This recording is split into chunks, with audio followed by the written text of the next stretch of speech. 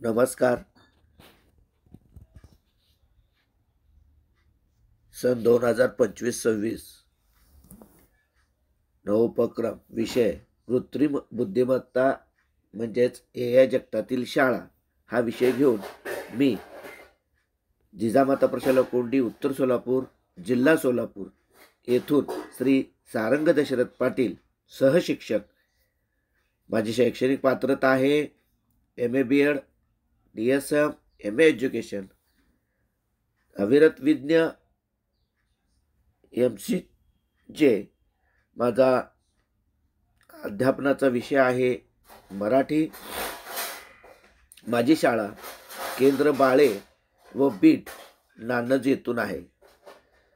माझ्या शाळेचा शिक्षण गट पंचायत समिती उत्तर सोलापूर, माध्यमिक शिक्षण विभाग जिल्हा परिषद सोलापूर येथून आहे. नवोपक्रमाच्या निकषाप्रमाणे मी माझं प्रतिज्ञापत्र जोडलेलं आहे आणि माझ्या माननीय मुख्याध्यापक यांची प्रमाणपत्र देखील जोडलेलं आहे.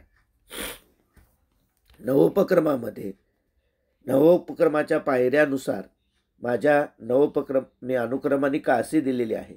नवोपक्रमाची गरज, नवोपक्रमाची माझी उद्दिष्टे, नवोपक्रमाचे नियोजन, नवोपक्रमाची कार्यपद्धती, नवोपक्रमासाठी प्रत्यक्ष कार्यवाही, नवोपक्रमाची यशस्वीता आणि विविध उपक्रमात केलेल्या शैक्षणिक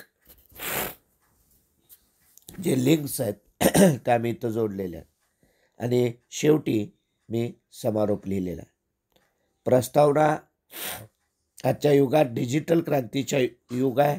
तंत्रज्ञानाच्या वेगानं वाढत्या प्रगतीमुळे कृत्रिम बुद्धिमत्ता म्हणजे आर्टिफिशियल इंटेलिजन्सची हे महत्त्वपूर्ण स्थान घेत आहे. नवोपक्रमाची माझी गरज काय आहे तर आजच्या वेगाने डिजिटल आणि सर्वात्मक युगांमध्ये समाज, शिक्षण, उद्योग, विज्ञान, आरोग्य आणि दैनंदिन जीवन सर्वच स्तरावर मोठ्या प्रमाणे बदल घडत आहे.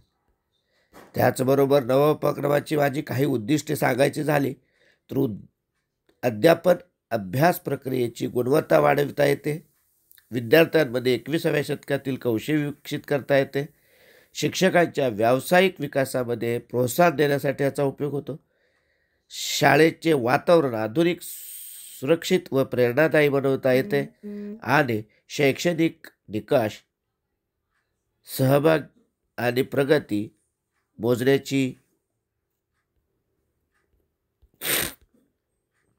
मोजण्याजोगी वाढ करता येते. त्यानंतर मी केलेलं उपक्रमाचं नियोजन जे आहे ते नियोजन एकूण पाहता सर्व उपक्रम शाळेत नवोपक्रमशील तंत्रज्ञानाभिमुख आणि कौशल्याधिष्ठित वातावरणामध्ये निर्माण केलेल्या. उपक्रमाची कार्यपद्धती मी 3-4 टप्प्यात केलेली आहे. पहिला टप्पा म्हणजे गरज ओळख व प्राथमिक नियोजन. दुसरा टप्पा शिक्षकांचा प्रशिक्षण किंवा कार्यक्रम. तिसरा टप्पा जो आहे तो विद्यार्थ्याची तयारी आणि जागरूकता तयार करणे. त्यानंतर आवश्यक साधनांची उपयोगिता आणि शेवटचा 2 टप्प्यामध्ये आधारित शिक्षण अध्यापनाची अंमलबजावणी, डेटा विश्लेषण व प्रगतीचा अहवाल. अशा पद्धतीनं मी तुमच्यासमोर त्याचं कार्यपद्धती मांडलेली. उपक्रमाची प्रत्यक्ष कारवाई कशी केलेली आहे तर उपक्रमाची रूपरेषा तयार केली. त्यानंतर विद्यार्थ्यांना AIची ओळख करून दिली. त्यानंतर AI शिक्षणाची कृती, ॲक्टिव्हिटी, विद्यार्थ्यांना लर्निंग मशीन, आवाजाची ओळख, रोबोट प्रक्रिया असेल, प्रोजेक्ट आधारित शिक्षण असेल, अशा पद्धतीनं मी त्यांना देऊन एक छोटे त्यांना प्रकल्प दिले. त्यामध्ये स्मार्ट अपव्यय व्यवस्थापन एक छोटा त्यांना उपक्रम देऊन मॉडेल तयार करायला सांगितले. नव उपक्रमाची यशस्वीता पाहायला गेली तर एकूण यशस्वीता AI उपक्रमामुळे शाळेत शैक्षणिक गुणवत्ता, उपक्रमशीलता, व्यवस्थापन, कार्यक्षम याच्यामध्ये उल्लेखनीय प्रगती दिसून आली. त्यामध्ये डिजिटल सुरक्षेची मोठी वाढ झाल्याची दिसते आहे. विद्यार्थी सहभाग आणि सर्जनशीलता झालेले दिसत आहेत. आणि मी वेळोवेळी ह्या AI चा वापर करून निर्माण केलेले जे काही फोटो आहेत ते मी आपल्यासमोर सादर केलेले आहेत. त्यानंतर माझ्या काही उपक्रमाच्या इथं लिंक्स दिलेल्या आहेत.